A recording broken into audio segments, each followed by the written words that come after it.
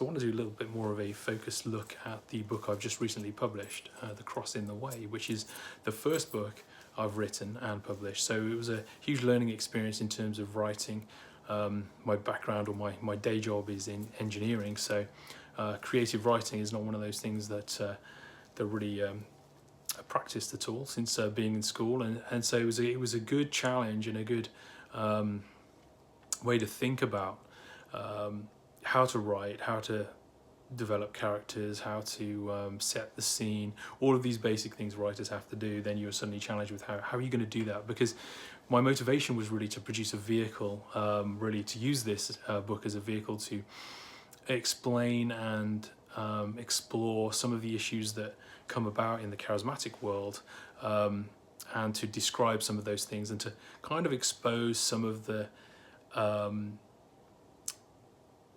conversational techniques, shall we say, and some of the relational issues that pop up with people like that who are defending their circle, who are defending their beliefs, but tend to not do that in an honest and open way.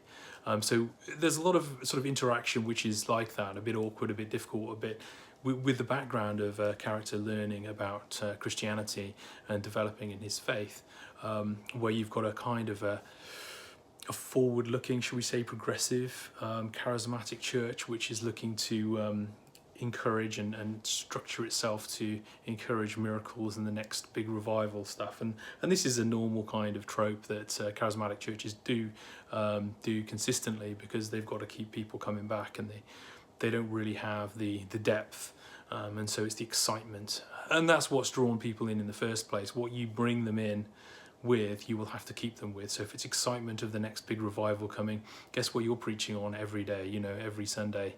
Pretty much it's got to be building towards the thing that you're not doing today and you're not experiencing today, but we're going to experience in the future. And I think a lot of the charismatic world is about experience.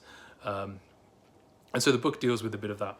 And so the character, Joe, who goes through an experience with a friend he meets at work, to expose him to the truth and actually to just ask some gentle questions about what it is he's believing, and is it true, and does it line up with scripture. So those things are good, and I think some of it was difficult to write. It was hard to write because it was quite personal and very similar to some of the events that I've gone through. But I think it's very helpful. I hope it's helpful to people.